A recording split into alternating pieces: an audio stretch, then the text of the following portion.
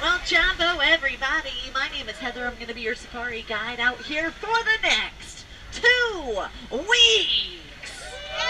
Yes! And what a great 2 weeks it is going to be. We're going to see lots of animals, take some fantastic pictures, and hey, it's going to be really exciting.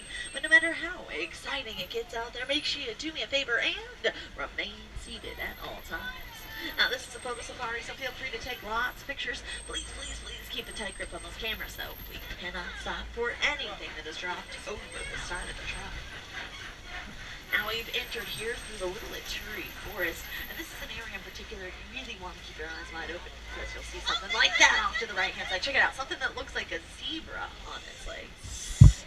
It's not a zebra. It's called an okapi, and believe it or not, they're actually the only known relative of the giraffe.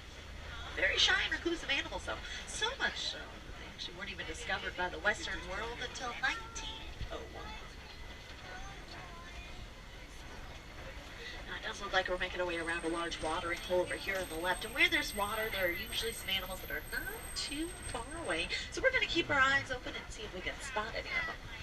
Now, it's every once in a while that I can come through these parts and see some of the really rare animals out here. One time, I actually saw a black rhino, which was pretty awesome. But those days are far and few between because due to poaching, we think there are less than 5,000 rhinos worldwide. Looks like I actually see one roaming around the hilltop, though, just ahead of us here on the left-hand side. Let's see if we can figure out where it went. I think it's behind the patches of grass.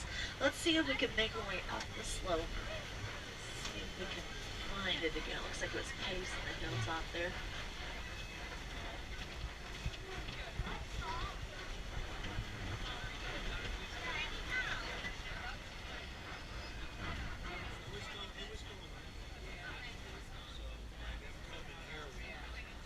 Yep, you can see it over your left shoulder there. Way back through the crevice of the boulders there. Wandering around. Well, they weigh around 3,000 pounds apiece. Doesn't mean they're slow, though. They actually run a very impressive 35 miles an hour. Now, I do know of a river that's not too far from here.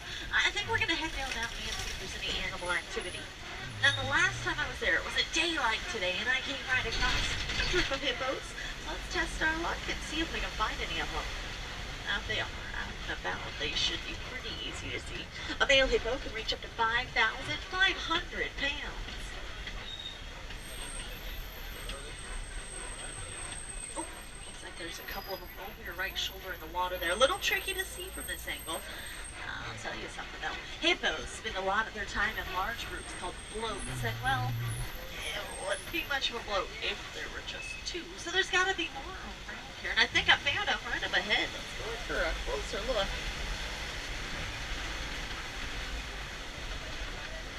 Oh, yeah! Now that is a float of hippos.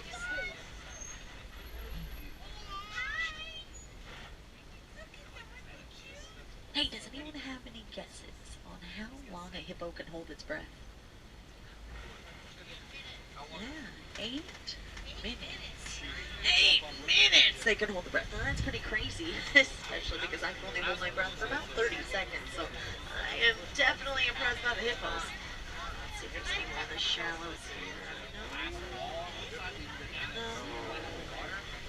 No. Oh my goodness, those aren't hippos, they're Nile crocodiles.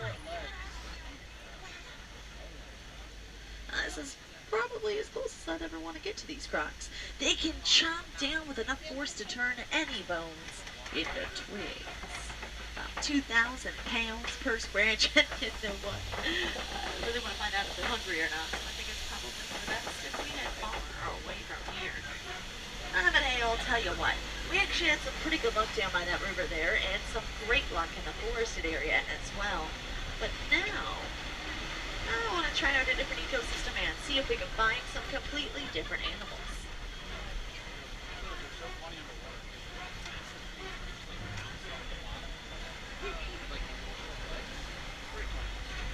Oh, hey, things are starting to get a little different. Check out this tree here on the right. Kinda looks like someone planted it upside down with its roots up in the air. That's actually how they grow, though. It's called the baobab tree, and believe it or not, they're actually leafless about 9 months out of the year.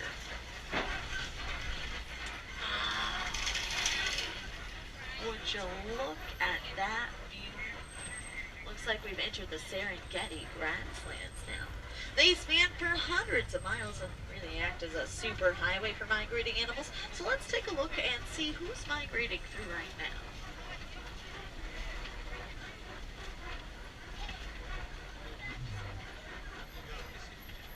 You know what? I don't see any of them right here, but if you take a look over this tree line, you'll notice they're all kind of trimmed up to the same height of about 20 feet. That's just right for a giraffe. In fact, there are a lot of trees out here, so it really wouldn't surprise me if we found more than a few of them out this way. Keep your eyes open.